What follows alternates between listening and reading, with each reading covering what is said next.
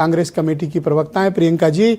राम मंदिर के चढ़ावे में जो चोरी का प्रकरण है, सरकार ने एसआईटी गठित कर दी है। हालांकि अभी तक एफआईआर नहीं हुई, लेकिन जिस तरह की कार्रवाई अब तक चल रही है, क्या कांग्रेस पार्टी उससे संतुष्ट है? और इस प्रकरण को आप लोग किस नज़रिए से देखते हैं? ये आस्था का अपमान है, ये अपराध है, या फिर व्यवस्था को ज़्यादा बेहतर और सुदृढ़ करने की ज़रूरत है? देखिए ब्रजेश जी, सबसे पहले तो मैं यही कहूँगी कि जिस तरीके से प्रभु श्री राम के चढ़ावे में जो है चोरी की गई है, वो करोड़ों हिंदुओं की आस्था के साथ खिलवाड़ है, धोखा है और ये पाप है। जिस तरीके से एक हिंदू अपने चंदे को किसी भी तरीके से, कोई गरीब भी जाता है तो भी 10-5 रुपये जरूर चढ़ाता है, क्योंकि उसका विश्वास है कि भगवान को जो है कुछ ना कुछ जो भी हो सके श्रद्धा के अनुसार अर्पित किया जाए।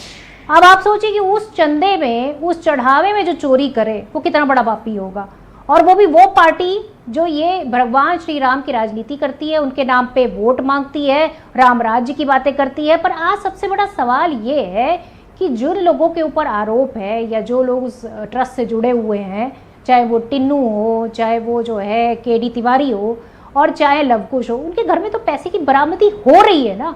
किसी के गोबर में 10 लाख रुपए निकल रहे हैं, किसी के बक्से से जो है 5 से 7 लाख रुपए निकल रहे हैं, और लगातार पैसे निकल रहे हैं। उनके पास प्रॉपर्टीज है, आप कभी मत कहिएगा कि गोबर जमीनें हैं।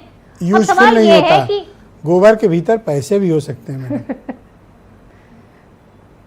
नहीं, गोबर के अंदर भ्रष्टाचार है भाई साहब। ये देखिए, गोबर में पैसे नहीं है, ये गोबर के अंदर भ्रष्टाचार, इसको पैसे ना कहिए।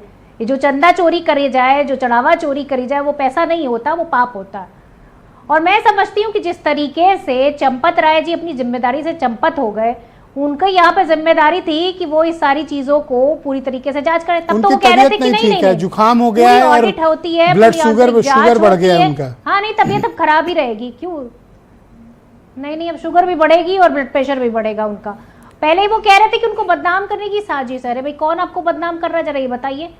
पैसे का लेन देन हो रहा है, पैसा पकड़ा जा रहा है, एफआईआर आप कर नहीं रहे, ट्रस्ट को आप भंग नहीं कर रहे, और आपने जो एसआईटी बनाई है उस पर स्वतंत्र जांच होगी। जब आप पद पर बने हुए हैं और आप ही की जांच करनी है, आप ही एसआईटी बनवा रहे हैं, तो ये जांच स्वतंत्र किस तरीके से?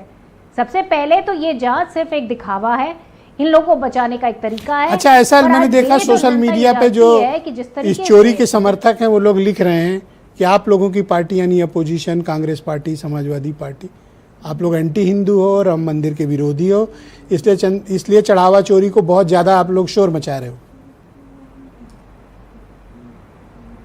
देखिए, मैं समझती हूँ कि वहाँ पर जो भी जाता है वो अपने पापों से मुक्त होने के लिए जाता है, भगवान से ये प्रायश्चित करने जाता है कि अगर मैंने कोई गलत काम किया है तो मुझे माफ़ कर दीजिए।